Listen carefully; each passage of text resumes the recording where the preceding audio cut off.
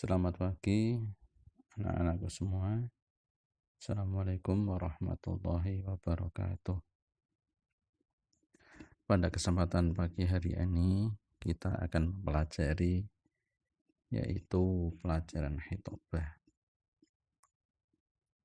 Khitobah atau pidato adalah suatu ucapan dengan memperhatikan susunan kata yang baik untuk disampaikan kepada orang banyak.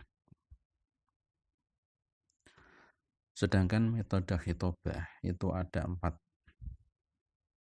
teknik. Yang pertama yaitu teknik spontan, 2 teknik penjabaran kerangka, yang ketiga yaitu tekstual naskah, yang keempat yaitu menghafal. Yang pertama yaitu teknik spontan.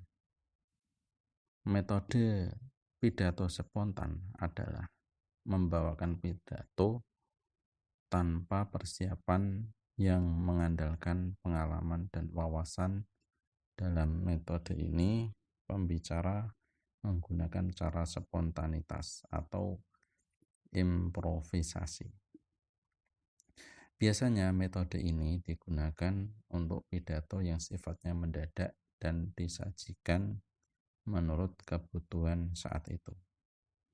Kelebihan metode improvisasi ini adalah atau spontan adalah bahasa yang digunakan singkat sehingga tidak membosankan dan pembicara bebas dalam memilih topik bahasan tetapi tetap sesuai acara. Sedangkan kelemahannya metode ini adalah terkadang materi yang disampaikan tidak secara urut atau sistematis dan kemungkinan ada hal-hal yang terlupa karena sifatnya mendadak tanpa persiapan. Metode yang kedua yaitu penjabaran kerangka. Metode ini adalah metode penjabaran kerangka atau ekstemporan, merupakan teknik pidato dengan menjabarkan materi yang terpola. Jadi kita sudah mempunyai pola-pola dalam kerangka yang akan disampaikan.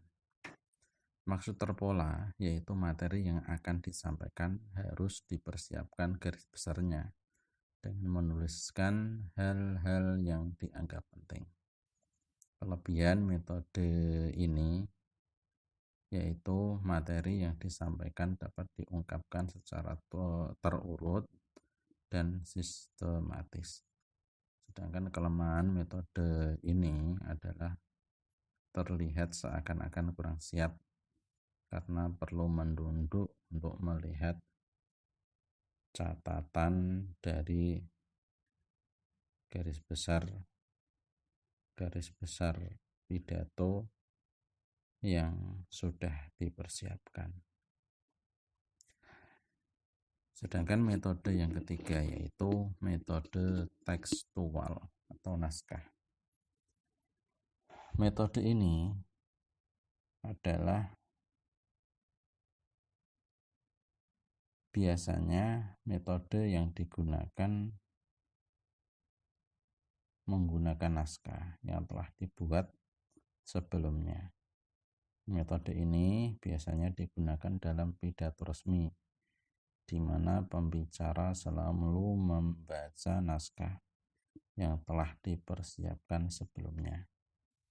Cara demikian dilakukan agar tidak terjadi kekeliruan, karena setiap kata yang diucapkan dalam situasi resmi akan disebarluaskan dan dijadikan figur masyarakat serta dikutip oleh media massa. Kelebihan dari metode naskah yaitu pidato terencana dengan baik, lengkap, dan sistematis.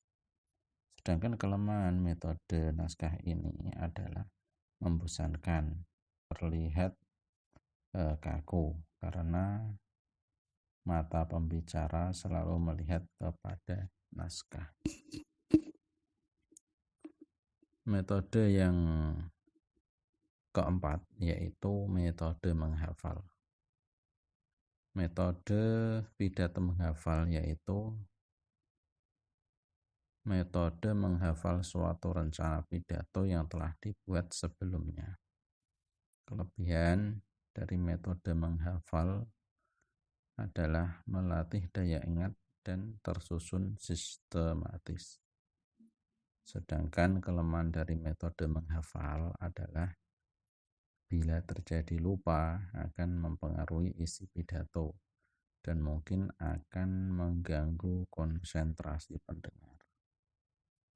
Itulah tadi penjabaran dari metode khitobah atau pidato yang biasanya digunakan oleh para pembicara. Sekian. Assalamualaikum warahmatullahi wabarakatuh.